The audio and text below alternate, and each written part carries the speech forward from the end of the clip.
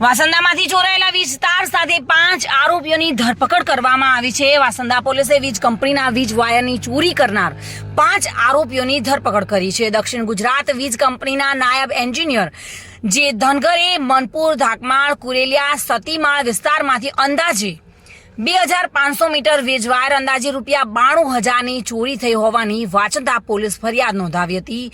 વાંચતાના surveillance સ્ટાફને મળેલી બાતમીના આધારે શંકાસ્પદ ઈસમોની પૂછપરછ કરતા બિપિન પટેલ, રોશન કોકણી, કૃણાલ ગાયકવાડ આ 3 આરોપીઓને આ વીજ વાયરોની અલગ અલગ જગ્યાએથી ચોરી કરી હોવાની અને વીજ વાયરો મહેશ ગુપ્તા તથા આશીષ ગુપ્તાને વેચાણ કર્યું હોવાની કબૂલાત કરી હતી।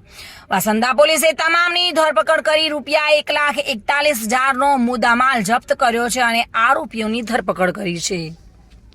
ચંદ્રકાંત ધમલ સાથે bureau report, today Gujarati news.